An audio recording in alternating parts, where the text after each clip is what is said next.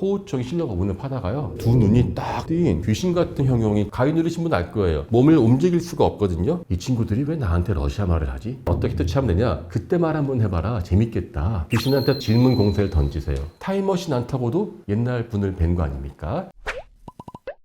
네, 안녕하십니까. 경희대학교 사학과에서 고고학을 강의하고 또 연구하고 있는 강인욱입니다. 반갑습니다. 네, 사실 요즘에 영화 파묘가 벌써 1000만 명이 넘었더라고요. 그래서 저도 보고 왔는데요. 다들 그거 보면서 제가 놀란 게, 야, 저한테는 일상적인 일이 남들한테는 공포가 되는구나. 그러니까 저는 일상적으로 무덤을 파고 이제 그 인골들을 수습하고 하는 장면들이 저희는 일상적이죠. 그리고 저희가 갖고 있는 고고학 자료의 한 적어도 70~80%는 다 남의 무덤에서 나오는 것이거든요. 갑자기 이것이 막 무덤에서 무슨 이상한 물건이 나오고 인골이 나오고, 사실 저희한테는 그게 이상한 물건이 아니라 중요한 인물이 되는 것입니다. 근데 또 귀신 이야기하면 또 저희도 경험이 있습니다. 왜냐면은 고고학과를 오는 사람들 대부분은 인디애나 존스를 보고 와서 뭔가 황금을 캐고 채찍을 휘두를 줄 아는데, 현실은 이제 이렇게 구덩이에 틀어박혀서 무덤을 파고 있는 그런 장면들이 많고, 또 인골 같은 것을 보다 보면은요, 구덩이에 특유의 냄새 같은 게 좀 있어요. 아예 아무것도 없는 것도 있지만요, 한 2000년 된 석실분, 예컨대 가야나 마한 같은 경우는 백제도 그렇고요, 돌방으로 집을 만들어서 무덤을 넣거든요. 그러면은 그 무덤을 딱 여는 순간 1500년쯤 전에, 2000년쯤 전에 그 공기가 확 맞닥뜨려지는데요. 대부분 경우는 뭐 그냥 평범하기도 하지만 그 약간 콤콤한 냄새도 좀 있는 것 같고요. 그리고 이제 인골들 사이사이에 보면은 이게 뿌리 같은 게 막 내려와서요, 어떤 분들은 그런 분이 있어요. 무덤방을 갔더니만은 백발노인이 앉아있더라. 백발노인이 아니라 인골 주변에 이렇게 그 흰 뿌리들이 얽혀 있어가지고 하는 경우도 있고요. 국내에서 제가 있을 때는 인골은 거의 못 봤습니다. 한반도는요, 산성 토양이에요. 인골이 거의 남질 않습니다. 땅을 파면은 무덤이 있는 구덩이하고 썩지 않는 토기 같은 거는 나오는데, 다른 인골들은 거의 안 나와서 귀신이 나온다는 생각은 별로 못 해봤는데요. 러시아 유학을 갔는데, 유학 가서 러시아 말을 모르고 갔어요. 제가 96년도에 갔는데, 그때만 해도 한러 사전, 너한 사전, 인터넷에 말할 것도 없고 아예 그냥 어학 코스도 없었어요. 러시아 말도 독학으로 공부했거든요. 책이 없으니까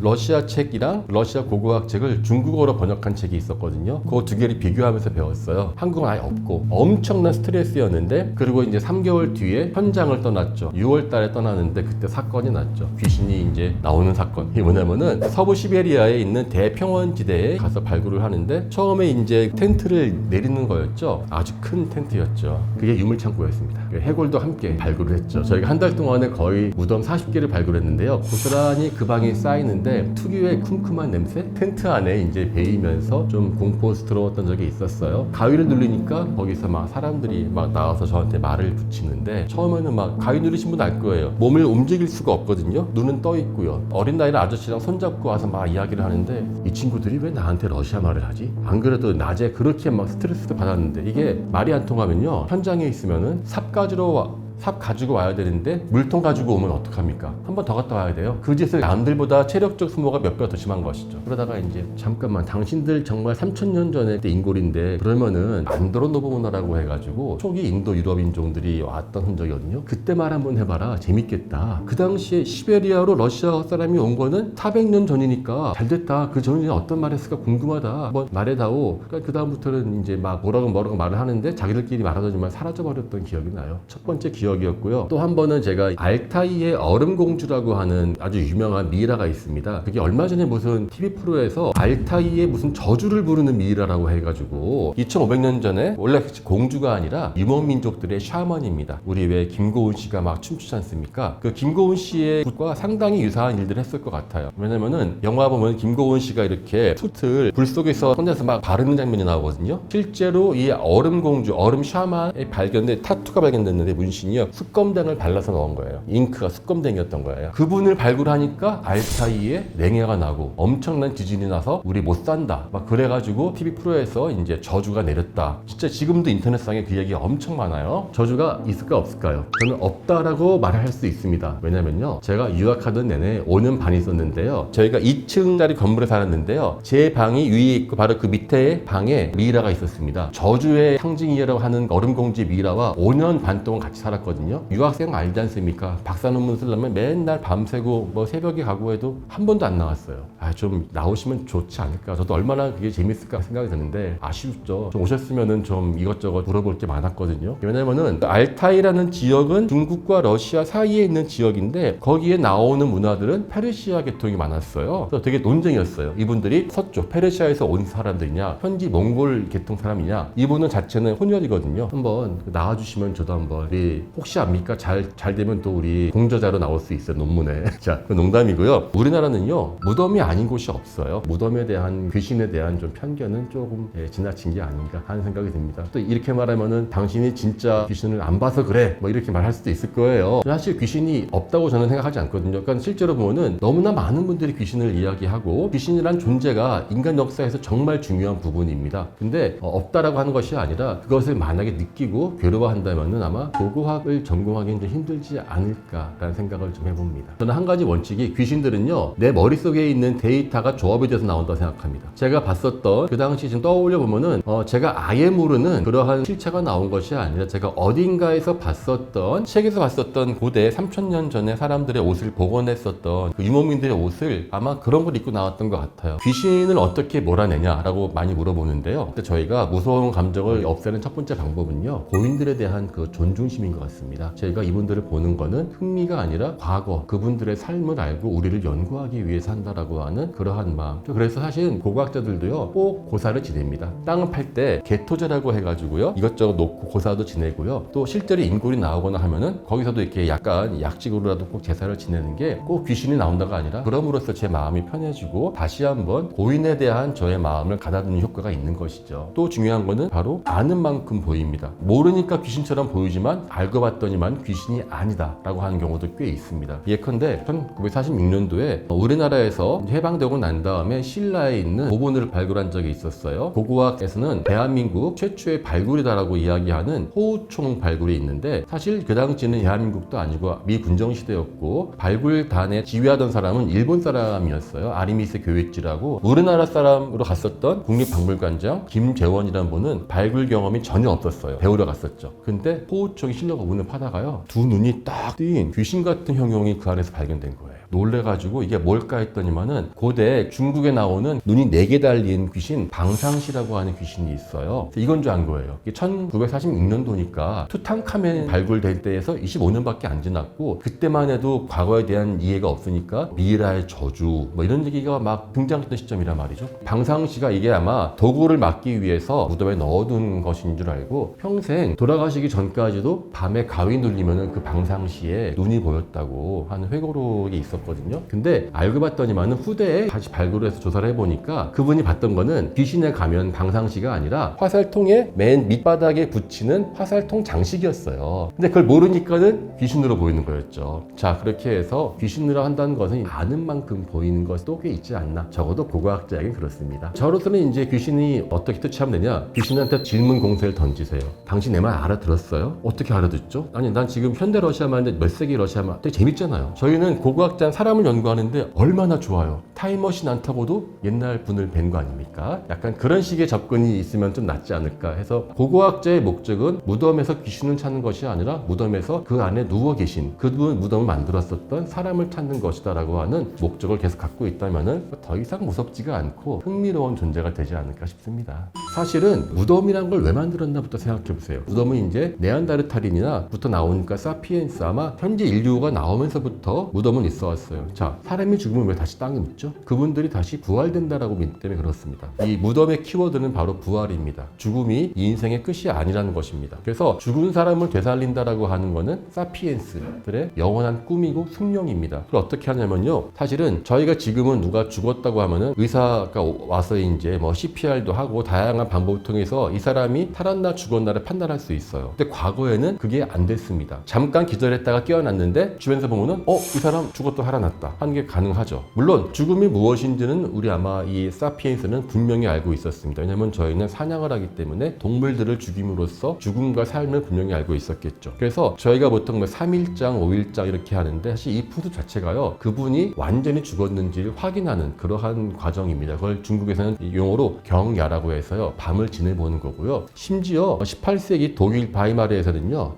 중간 영화실도 있었어요. 이게 뭐냐면은 사람이 죽으면은요 다들 다시 깨어날까봐 깨어날 수 있잖아요. 그냥 생매장하면 가장 불안한 게 뭐냐면 이겁니다. 얼마 전에 무슨 영화 보니까 생매장된 여성 무술 배우 킬빌이라는 영화에서 딱 쳐가지고 나오는 그게 아주 그냥 사람에게 피해자 공포를 불러일으키면서 명장면으로 떠오르는데 의외로 많은 사람들이 자기 무덤에 들어갔다가 깨어나면 어떡하지? 라고 하는 그러한 불안감들이 많았어요. 사람들이 보이는 통유리에다가 간을 보이게 놓고 음식과 물을 옆에 두는 거예요. 혹시 이 사람 깨어나면 얼른 드시고 원기 회복하시라고. 어떤 사람들은 아예 유언으로 무덤 속에다가 종을 설치하는 사람도 있었어요. 종 치면 다시 딱 파서 건져달라고. 이 무덤이란 바로 이렇습니다. 무덤은 죽음과 삶을 이어주는 공간입니다. 여기서의 삶은 다시 저승에서 이어진다라고 하기 때문에 또 이제 이것이 사실은 죽음 문턱까지 갔다가 다시 오시는 분들도 꽤 많이 있습니다. 바로 그분들이 우리에게 알고 있는 사후세계라고 하는 것 세계와도 이제 이어지는 그러한 생각이 되는 것이죠.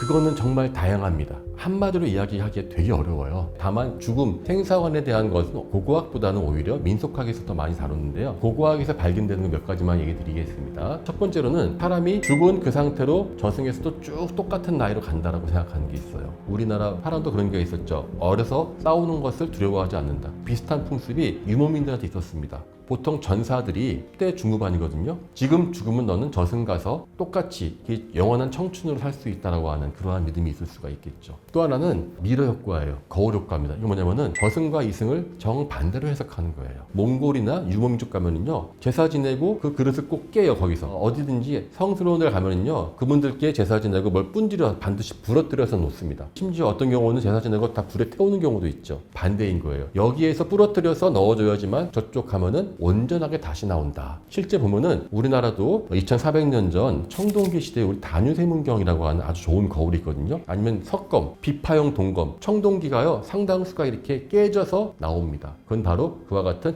정반대로 보는 생사관이 있기 때문에 그런 것이죠. 사후세계가 있다 없다는 말을 단정 못 짓겠어요. 분명한 거는 사후세계가 있다라고 하는 믿음이 인류의 역사를 만들었습니다. 전문용어 임사체험, 그 Near Death Experience인데요. 임사체험을 했다가 다시 깨어나신 분들 주변에 꽤 있거든요. 최근에 더 많아지고 있어요. 요즘에는 기술이 좋아져가지고요. 사람이 거의 옛날 같으면 그냥 사망선고 내릴 분들도 다시 이렇게 깨우는데 최근에 수천 건의 사례를 조사했는데 저승 갈 때 저승의 과정들이 있지 않습니까? 거기에 대한 거는 다들 어렴풋이 알고 있어요. 사람이 이제 죽으면 먼저 유체이탈, 영혼이 붕 떠오르고 저를 내려다본다고 이야기해요. 갑자기 과거 인생이 주마등처럼 확 지나간다라고 이야기하죠. 좀 있으면 저쪽 어두운 터널을 통과하는데 저쪽 끝에 빛이 있고 빛 앞에서 누군가 자기 조상 먼저 가신 아버지나 가족들이 날 데리러 오는데 그때 어떻습니까? 갑자기 잠깐만 너 아직 때가 아니니까 좀 이따 오게 하고는 거기서 갑자기 깨어났더니만은 응급실에 누워있다더라. 요 이야기는요 고고학적인 이야기가 아니라 제가 사실은 사후세계에 대한 논문을 쓴 게 있거든요. 고고학이 반영한 사후세계에 대해 쓰면서 사례 조사해 보니까 물론 제가 지금 말한 이 과정들이 다 있진 않아요. 몇 개 빠져 있거나 더한 것도 있는데 분명한 거는 어떤 사람들은 뭐 기독교를 믿는 사람들은 예수님이 올 수도 있고요. 각자 종교가 많은데 전 세계에서 각자의 언어로 각자의 스타일로 사후세계를 묘사하는데 서로 다 비슷해요. 이 말은 뭐냐면은 사람이 죽을 때 이제 산소가 결핍되었으니까 이렇게 환각이 보이는 사피엔스의 특징이다는 분도 있고 또 어떤 분들은 진짜로 사람들이 이제 죽음으로 가는 과정이다라고 이야기하는데요. 저는 무엇이 맞다라고 보는 것이 아니라 만약에 임사체험이 인간들의 보편적인 현상이라면은 과거에도 있었겠죠. 누군가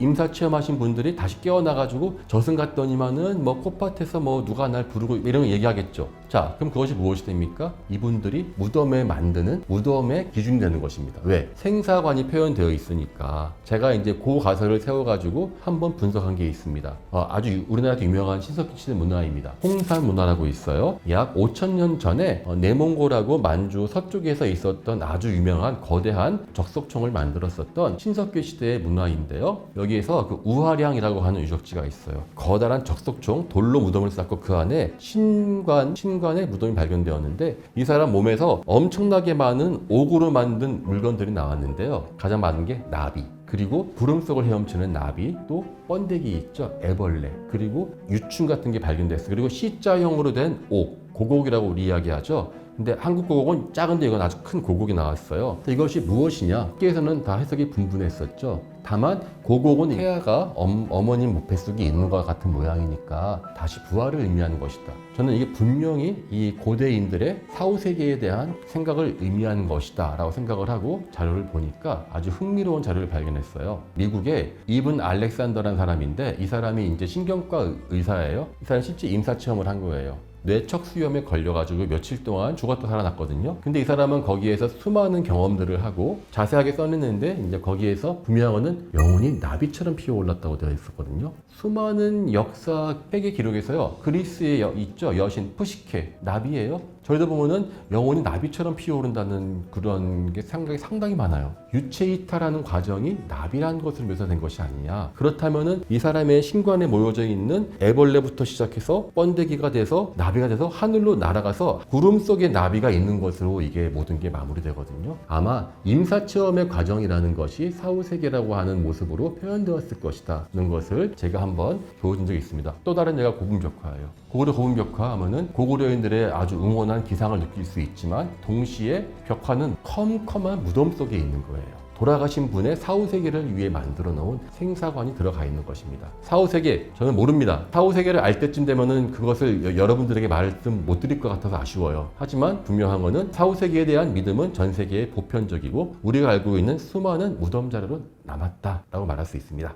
꿈은 또 다른 현실이었습니다. 요즘에 메타버스, 메타버스나 VR, 가상현실. 자, 지금은 저희가 가상현실을 엄밀히 말하면 TV도 가상현실이고 핸드폰도 가상현실이죠. 과거사에 본다면 그와 같은 전자기기가 없었을 때 과거인들이 겪을 수 있는 가상현실은 뭐가 있을까요? 꿈밖에 없어요. 인터넷 같은 전자기기 없을 때는요. 꿈이 일종의 가상현실의 역할을 했기 때문에 현실에서 이루지 못하는 것을 적극적으로 이루어지는 도구였기 때문에 오히려 꿈의 비중이 상당히 컸었습니다. 꿈은 앞날을 예지하고 여러 가지 해석을 하는 인간이 초월적인 힘을 가질 수 있는 유일한 통로가 바로 꿈이었던 것이었습니다. 성경에 보면 나오지 않습니까? 꿈을 잘 꿔서 해몽을 잘하는 사람이 다니엘 같은 사람들은 요셉도 그렇고요. 재상에 올라가거든요. 요즘 같으면 꿈도 못 꾸는데 그게 그런 게 비일비재했고요. 샤만들 역시도 꿈에 대한 해석으로 자신들의 앞날을 예언하는 아주 주요한 도구가 되었습니다. 저희는 지금 꿈이라는 것을 잘 해석을 못하는 상황인데요. 제가 좀 꿈이 좀 맞는 편이었어요. 그래가지고 꿈을 꾸면 제가 꼭 적어놨었어요. 아침마다 몇 년간. 제가 궁금했거든요. 얼마나 맞을까?